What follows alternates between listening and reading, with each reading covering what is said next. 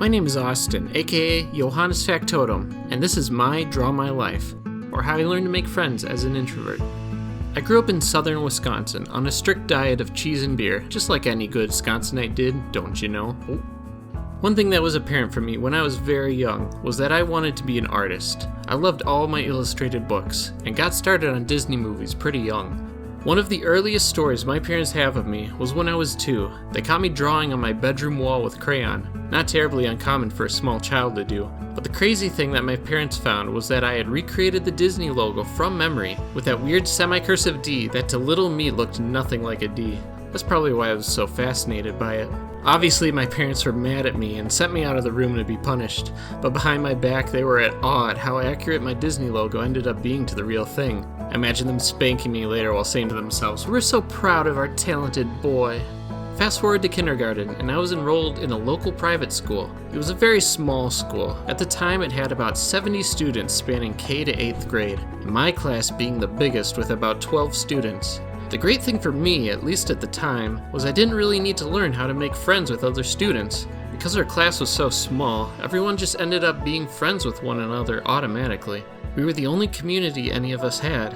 I was invited to everyone's birthday parties. Our mothers would all set up playdates with one another. We all did summer sports together. It was nice. It was simple. It was all I knew. As far as school went, I was a decent student.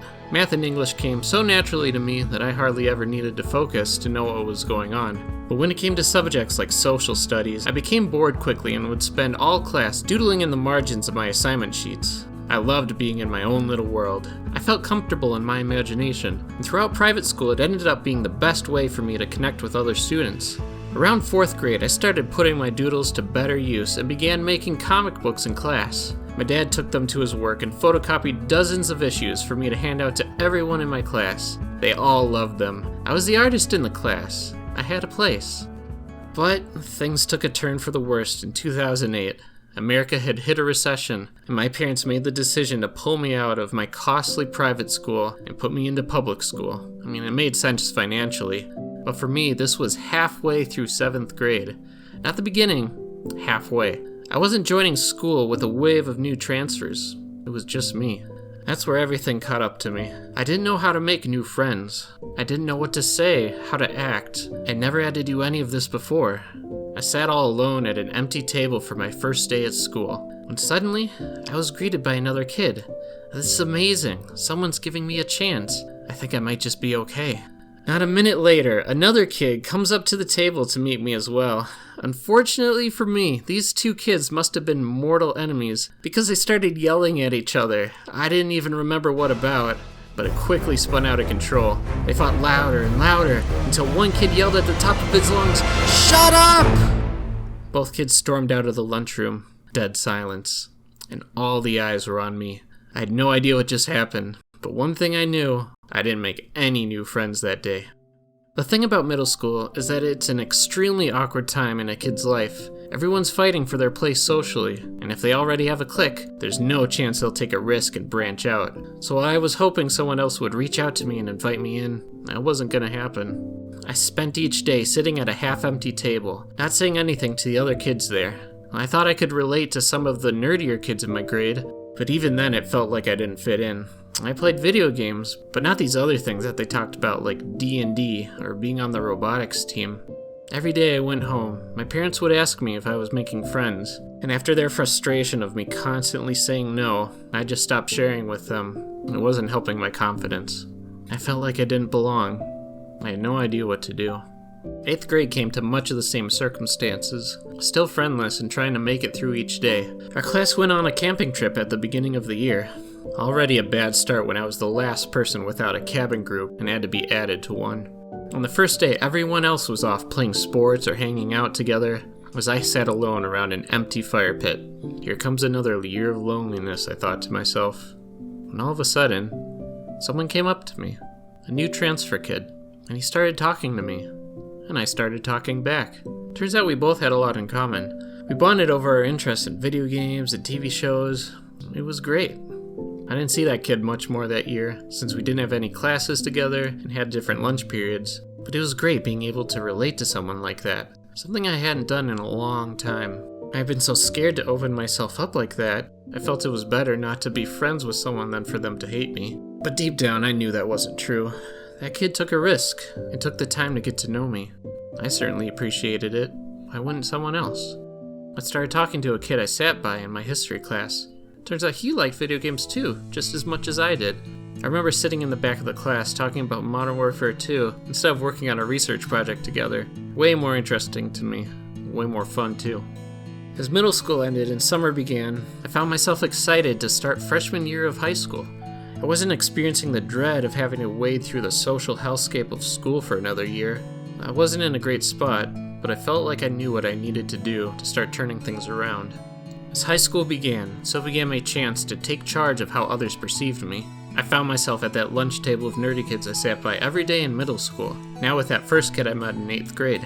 I knew we all had the same interests, so if I made myself known, they'd probably accept me. And they did. Wait, was it that easy? Maybe it was the general step up in maturity from not being nasty middle schoolers anymore, but everyone seemed much more willing to step out of their social norms this year. It was a new time for everyone, and it was the perfect time for me to start anew. Now I was sharing classes with people I liked, people I could talk to, people who liked me. I was rapidly improving socially, at least with the people I now called friends.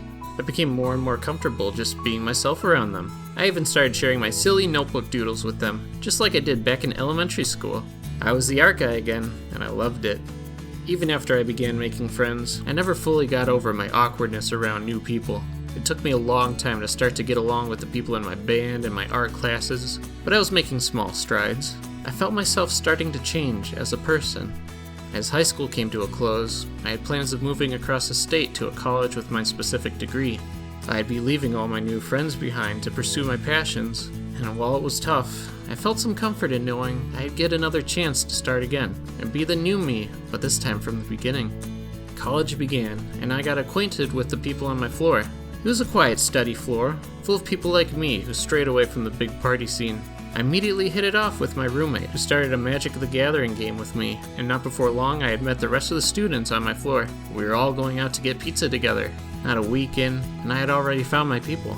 I branched out so much in college, and it gave me the opportunity to make friends with people from all walks of life. I went to gaming events and entered tournaments with others. I was invited to be in a cover band and play at a house party, and even my late night shifts at a sandwich shop were made bearable because of the people around me.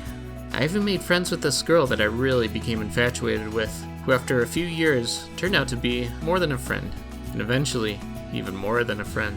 And now, years after college, I've got a close-knit group of friends that even after graduating and moving a full state away from, we still get together weekly online and meet up with frequently. And I found a brand new community of people to call friends here in my new city. I think past me would be proud. I've been fortunate in my life not to go through a major personal tragedy. All of my close family are alive and healthy, and I haven't been put through any severe danger or illness. When I look at my life so far, I see this difficult time of life I went through as a story still worth sharing, because I know so many people go through the same struggles I did. We all want to be loved and accepted. It can be a scary thing to put yourself out there and reach out to others, but there's a good chance they feel just as scared as you. So try taking that first step, especially if you see someone who's lonely. They'll really appreciate it, and it may just change their life.